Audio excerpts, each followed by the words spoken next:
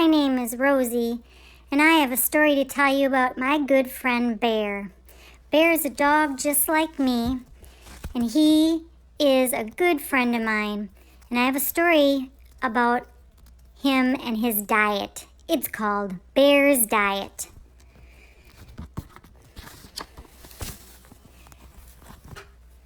After school, Matthew sat down on the steps with Mom. He stroked his dog, Bear. Bear didn't come to meet me at the back gate today, said Matthew. No, said Mom. I'm a bit worried about him. I know he's getting old, but he just seems to sit around these days. I think he's overweight, too. Maybe there's something wrong with him, said Matthew. We could take him to the vet. That's a good idea, said Mom. I'll make an appointment for Bear to see Dr. Kelly. Dr. Kelly's the same doctor I go to, so he's in good hands. Let's see what happens to my good friend Bear. Matthew and Mom walked through the door of the pet clinic. Bear woofed a friendly greeting to Dr. Kelly, the vet. How are you doing, Bear? She said, giving him a pat. I haven't seen you in a while. Come on in. Mom and Matthew explained why they were worried about Bear. So Dr. Kelly checked Bear's heart and his lungs and his stomach. She looked into his eyes and his ears and his mouth, and she took his temperature too. Yep, that's what Dr. Kelly does. Dr. Kelly checks me too. Checks my stomach, checks my mouth, and always takes my temperature. Let's see what happens to my good friend, Bear. Well, said Dr. Kelly, running her hands over Bear's coat, he seems to be in good health, but I do agree he is a bit fat. Let's see how heavy he is. Matthew helped Dr. Kelly put Bear on the scale to weigh him. You're right, said Dr. Kelly. He does need to go on a diet and get some exercise. Take him for a long walk every day. And here's a list of food that he should be eating. Remember to give him plenty of vegetables too, said Dr. Kelly. Vegetables, said Matthew. Now my good friend Bear's gonna love his walks because my owner, Jenny, takes me for tons of walks. Let's see what happens. Yes, laughed Dr. Kelly, winking at Matthew. The same vegetables you eat. Bring him back in 6 weeks. And if he still hasn't lost weight, then I'll have some other test run. Oh boy, I know what those tests are like.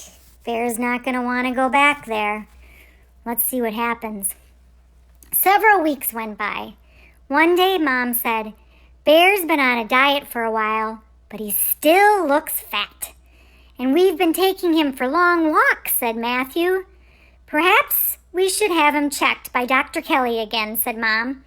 And that reminds me, I had a phone call today from Henry's mom this morning. She said that she has seen Bear wandering past her house. I wonder how he got in and out. We fixed the latch on the back gate, didn't we? I know how he got out. He comes to visit me quite often too, just like he goes to Henry's house. Let's see what happens. The next day when Matthew came home from school, he saw Mom waiting for him. Bear got out again, she said crossly, and I found the place. Henry's mom just saw Bear walking past her house again. We'll have to go and get him. I'll get his leash and we can go on our bikes, said Matthew. Oh boy, I've gotten out quite a few times too, and it's not good. I wonder what's going to happen to my good friend Bear. Let's find out. Mom and Matthew rode past Henry's house and on down Greenwood Road. There he is, said Matthew. I can see him. He's nearly at those corner shops. Oh my goodness, said Mom. Come on, we had better ride a bit faster. As they got nearer, they were just in time to see Bear stroll around to the back of the shops. Then, to their surprise, he scratched at a door and barked loudly. I know where he's at. I've been there before.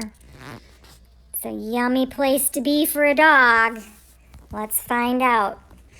The door opened and out came the butcher with a large meaty bone. Mom and Matthew watched as Bear wagged his tail and woofed. "So this is where Bear's been," said Mom as they went over to the doorway. "Hello," said the butcher. "Is this your dog? He's very friendly. He often comes to visit me." "Well, no wonder he's putting on weight with all those extra food," said Matthew. The butcher laughed. "Yeah, Mrs. Olson, Jenny, tells me that he sometimes stops at her place too and feeds him. Doesn't he have a friend named Rosie?" "He sure does," said Matthew.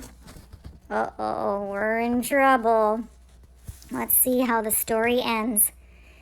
"Bear," said Mom, "you're a friendly old dog. But when we have fixed the fence, there will be no more visits to the butcher, or to Mrs. Walker, or to your good friend Rosie's house. And then the diet Dr. Kelly gave you will work after all," said Matthew. Oh, so that's the story on my good friend Bear. I'm kind of sad because he's not going to be able to visit me very much anymore.